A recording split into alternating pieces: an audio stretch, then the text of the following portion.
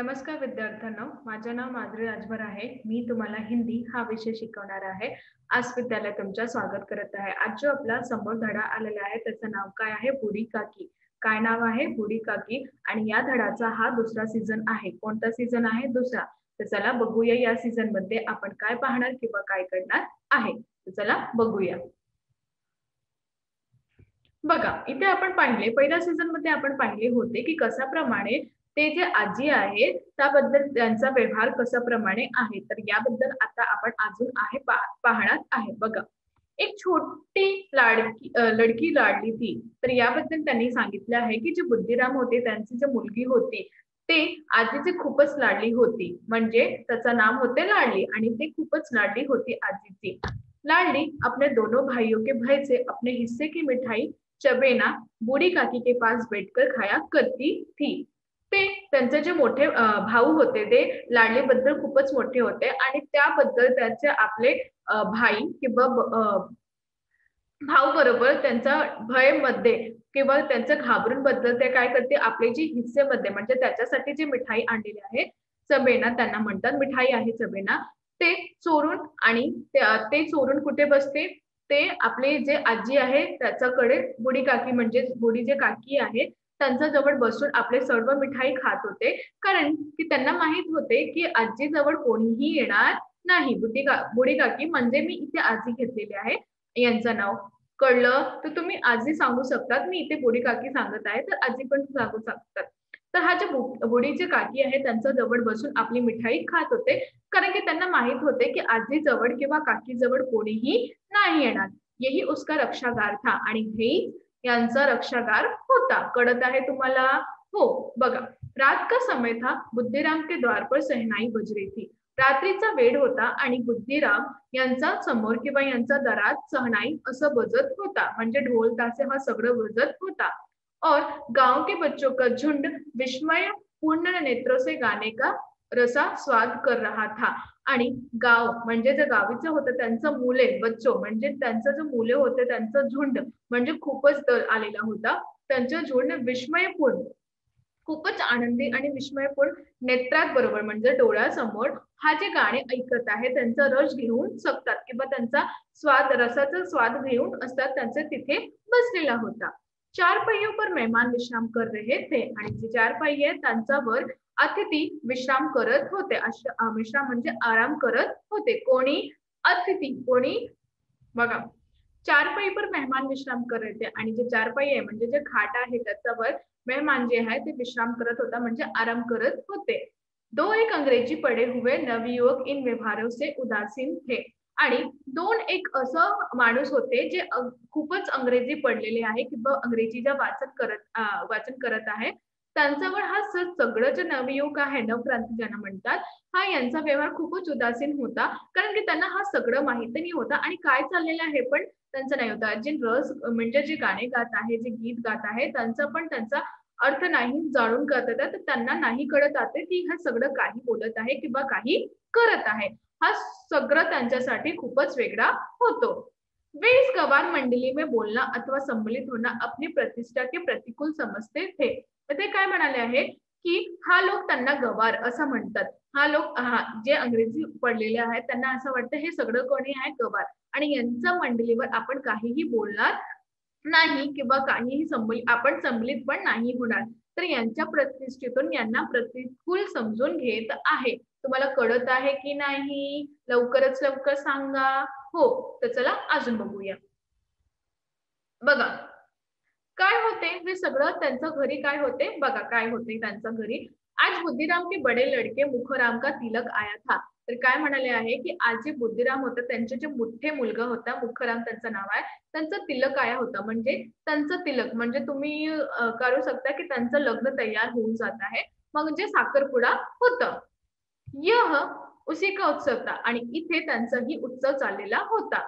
घर के भीतर स्त्रिया गा रही थी. घराच्या आतमध्ये स्त्री म्हणजे स्त्री जे आहे ते गीत गात होते.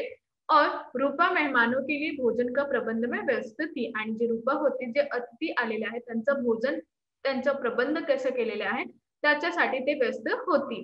भट्टियों पर कहाड़ चढ रहे थे. जे भट्टी आहे, जिथे चुला म्हणतात आपण, त्यामध्ये कहाड म्हणजे मोठ्या मोठा कहाड चाललेला होता. एक में पुड़िया कचौड़ियाँ निकल रही थी. एकामध्ये पोळी किंवा कचोऱ्या काढत होते आणि दुसरे में अन्य पकवान बन रहे थे आणि जे दुसरं आहे त्यावर अन्य काही खायचं वस्तू बनत होते. एक बड़े हंडे में मसालेदार तरकारी पक रही थी. एक मोठ्या हंड्यातून मसाले खूपच मसालेदार तरकारी म्हणजे सब्जी बनत होती. घी और मसाले की क्षुद्रावर्तक सुगंध चारों ओर फैली हुई थी. हा जे खाना तयार होऊन जातं त्यांच्या जे मसाल्याची जी खुशबू होते ते चारों जगह चाललेली होती. बूढ़ी काकी अपनी कोठरी में शोकमय विचार की भांति बैठी हुई थी आणि जी बूढ़ी काकी आहे, जी म्हातारी काकी आहे ती आपली कोठरीवर शोकमय विचारातून भांति तिथे बसलेली होती. ये स्वाद मिश्रित सुगंध उन्हें बेचैन कर रही थी आणि जे हे स्वाद होता, जे तरकारी किंवा कचोरी हा सगळ्याचा जे स्वाद होता ते मिश्रित सुगंध म्हणजे सुगंध त्यांचा खूपच बेचैन करत होते की केव्हा मला हे खायला भेटणार आहे असं त्यांच्या मनात असं विचार होते. आहा! ये कैसी सुगंध है. त्यांनी कसं म्हणाले, आहा! हा कशी सुगंध आहे. अब मुझे कौन पूछता है. आता मला कोण विचारणार. जब रोटियों के ही लाले पड रहे हैं. आता मला रोटी म्हणजे रोटीही नाही, चपातीही नाही भेटत आहे. तर हा सगळं मला भेटणार का? असा त्यांचा विचार होता. तर ऐसे भाग्य कहाँ की भरपूर पुड्या मिले. मला जिथे रोटी म्हणजे चपातीही नाही भेटत आहे आणि मला असं भाग्य होणार का मला हा सगळं पोळी भेटणार खायला, असं त्यांनी सांगितले आहे. ये विचार कर उन्हें रोना आया आणि जेव्हा असा विचार आला त्यांना खूपच रडू आला. कलेजे में हुक सी उठने लगी परंतु रूपा के भय से उन्होंने फिर मौन धारण कर लिया. कलेजे म्हणजे हृदयात त्यांना खूपच दर्द उठले होते परंतु रूपा यांचं भय होता की ते येणार आणि मला काही सांगणार तर याच पद्धती मौन धारण करून बसलेली होती. तुम्हाला कळत आहे की नाही? लवकरच लवकर सांगा. कळतं. छान. तर चला अजून बघूया. बघा फूल हम घर में भी सूंघ सकते हैं परंतु वाटिका में कुछ और बात होती है. इथे लेखकने खूपच छान गोष्टी म्हणाली आहे की जे फूल आपण घरातून उगवतात त्यांचा सुगंध आपण घेत शकतो परंतु जेव्हा आपण बागेत जाऊन ह्या फुलाची खुशबू घेतात ते वेगळंही असतात. इस प्रकार निर्णय करके बूढ़ी काकी हाथों के बल सरकती हुई बड़ी कठिनाई से चौखट से उतरी. ते विचार करत होता परंतु त्याचा विचार नाही ठाऊकला आणि ते हातातून बल करून घसरून घसरून ते कठिनाईतून चौखट म्हणजे दरवाजा तर पोहोचली. चौखट से उतरी और धीरे धीरे रेंगती हुई कड़ाह के पास आ बैठी आणि तिथून तो धीरे धीरे आपला हातात जोर करून करून तिथे कुठून आली रेंगत रेंगत कुठून आली ते कडाहातून जवळ आलेली होती. कुठे आली?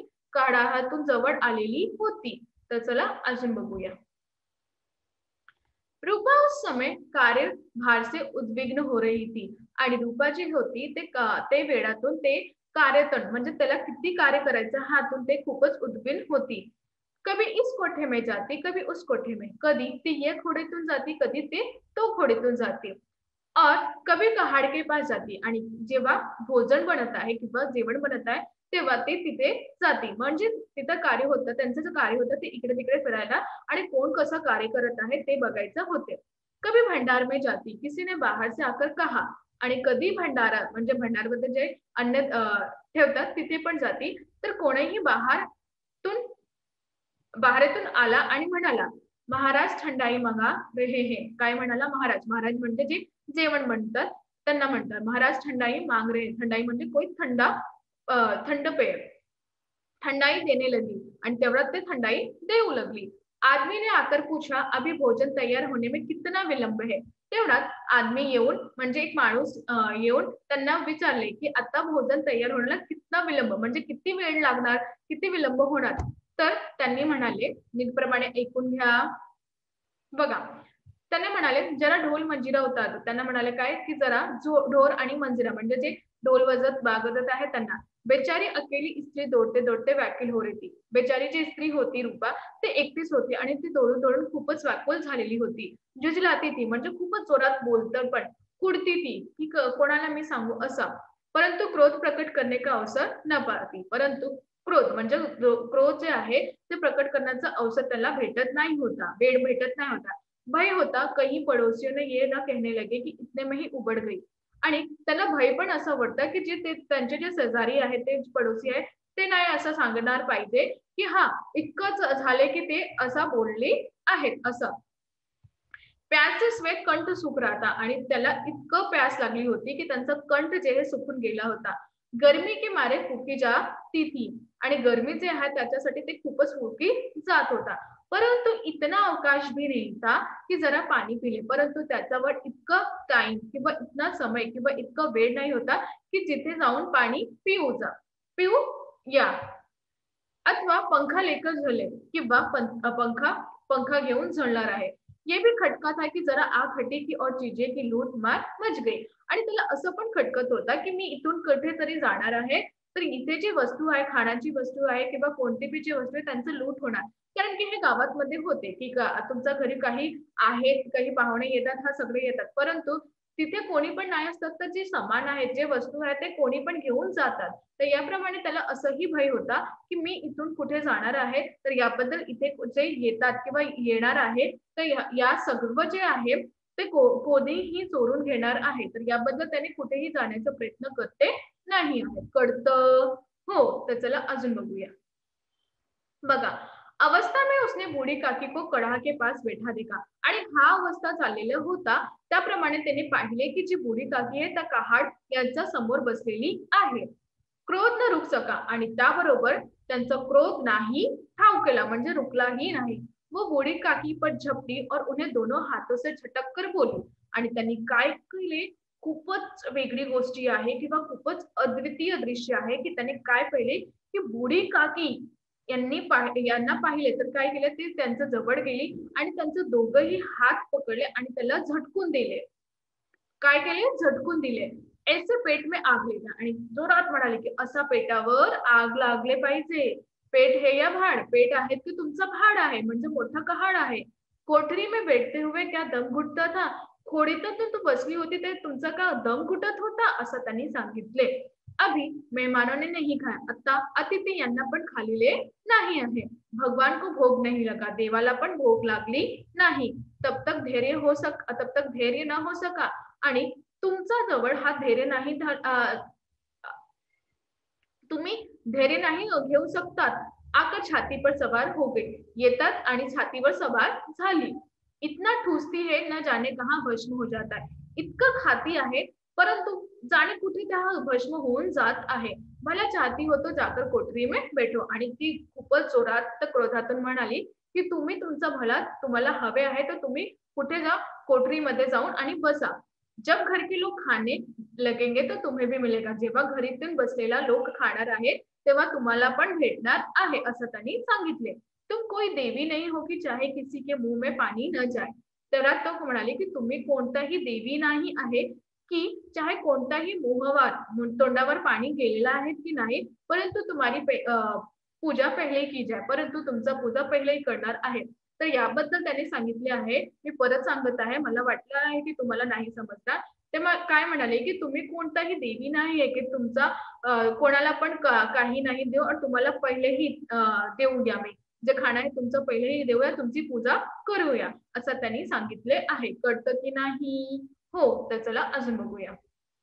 तर याप्रमाणे आज आपण शिकलो की कशाप्रमाणे ती जी भूमिकागी आहे त्यांची व्यवस्था झालेली आहे की घरामध्ये हा खूपच मोठ्या प्रमाणे हा कार्यक्रम चाललेला आहे. तर याबद्दल पण तिला काही कोणीही तिथून घेऊन नाही जात आहे. ते आपल्या कोठरीवर किंवा खोडीतून बसून हा सगळं व्यवस्थित प्रमाणे बघत आहे. परंतु जेव्हा हा सुगंध येतात जेवणाचा हा सुगंध येतात त्याप्रमाणे ती नाही आपल्याला रोखू शकत आहे. त्याप्रमाणे ती तिथे पोहोचली की तिथे त्याला खायचा होता. तर याप्रमाणे जेव्हा रूपा किंवा कोणताही लोक त्यांना तिथे जाऊन बसलेला होता त्यांच्यावर पण बसत होता आणि काही बातमी सांगत होता किंवा बोलत असताना ते तिथे नाही जाणारे होते.